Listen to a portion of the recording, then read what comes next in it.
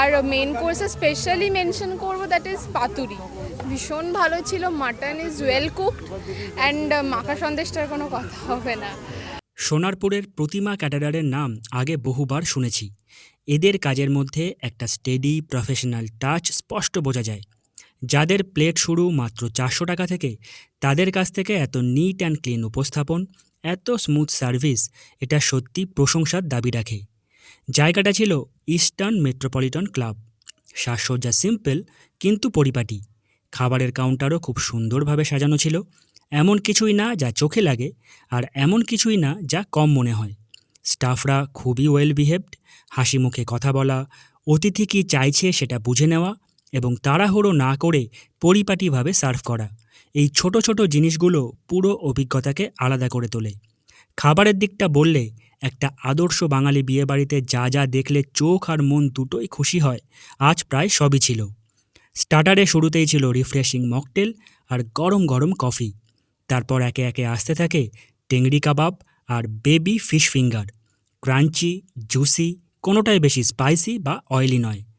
Veg সাইডেও কোনো কমতি ছিল না। চিলি বেবিকর্নের পাশাপাশি ছিল পনির টিক্কা, আর দুটোই বেশ ভালো খেতে। এবং স্টার্টারেই ছিল একটা সুইট সারপ্রাইজ, রাবড়ি দিয়ে কেশর জিলিপি। মেইন কোর্স ছিল যথেষ্ট সিলেক্টিভ এবং স্মার্টলি কিউরেট করা। কড়াইশুটির কচুরি ও কাশ্মীরি আলুর দম, দুটো আইটেমই বিয়েবাড়ির স্বাদকে ধরে রেখেছে এবং প্লেটে দিয়েছে একটা ট্র্যাডিশনাল স্টার্ট। ননভেজ সেকশনে পরিবেশন করা হয় ফিশ ব্যাটার ফ্রাই, সাথে স্যালাড আর কাসুন্দি। স্টিম রাইসের সঙ্গে ছিল ভেটকি পাতুরি।